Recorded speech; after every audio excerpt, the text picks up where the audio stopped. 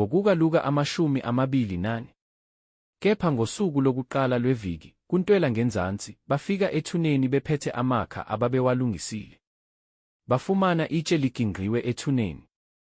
Kuthe bengena, abasifumananga isidumbu seNkosi uJesu.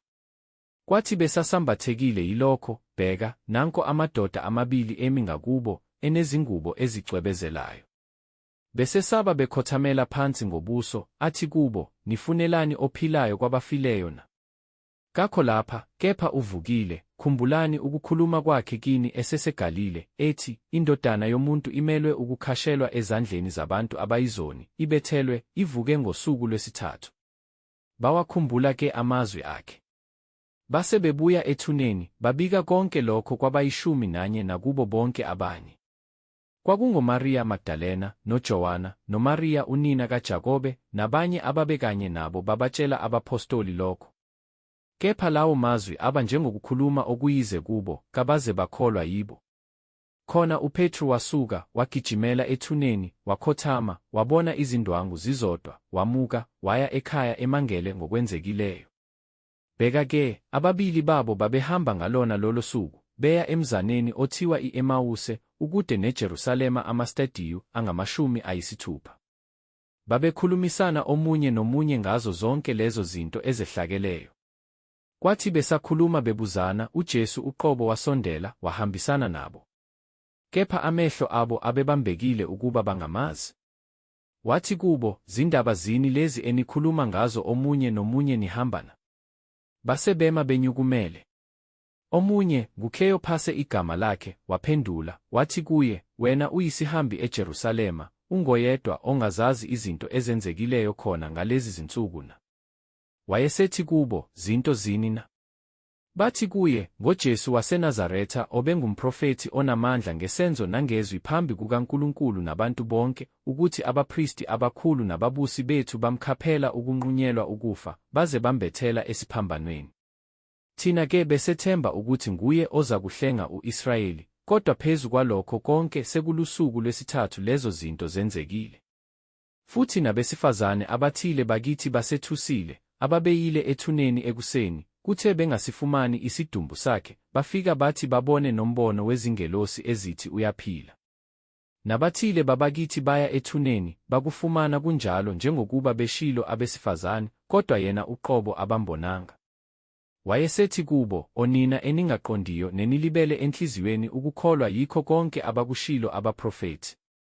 UKristu ubengamelwe yini ukuhlupheka ngalokho, aze angene enkazimulweni yakhe na?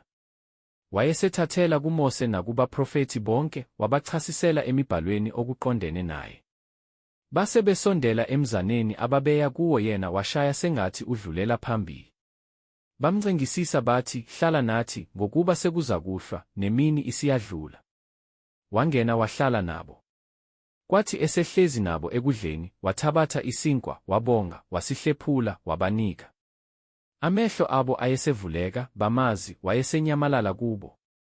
Bathi omunye komunye, "Inhliziyo yethu ibingavuthi yini phakathi kwethu, lapho ekhuluma kithi endleleni, nalapho esivulela imibhalo na?"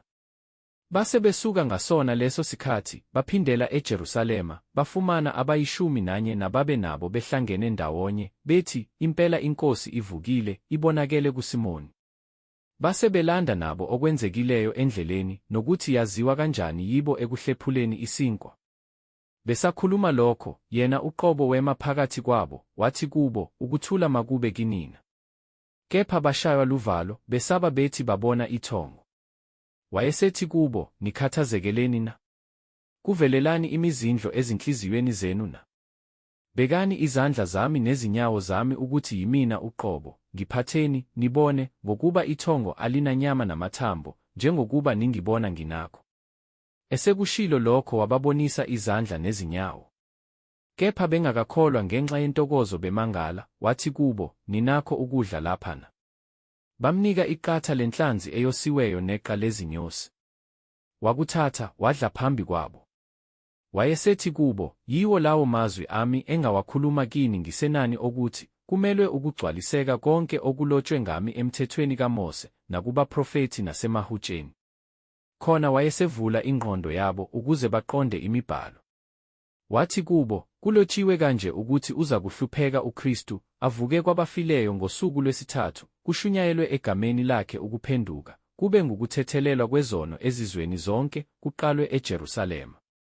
Nina-ke ningofakazi balezi zinto. Bhekani, ngiyathumela kini isithembiso sikaBaba, kepha hlalani emzini, nize nembathiswe amandla avela phezulu." Wabahola, baze bafika ngaseBethaniya, waphakamisa izandla zakhe, wababusisa. Kwathi esababusisa, wahlukana nabo, wenyuselwa ezulwini. Bakhuleka kuye, baphindela eJerusalema benokuthokoza okukhulu. Babekhona ethempelini njalo bemdumisa uNkulunkulu.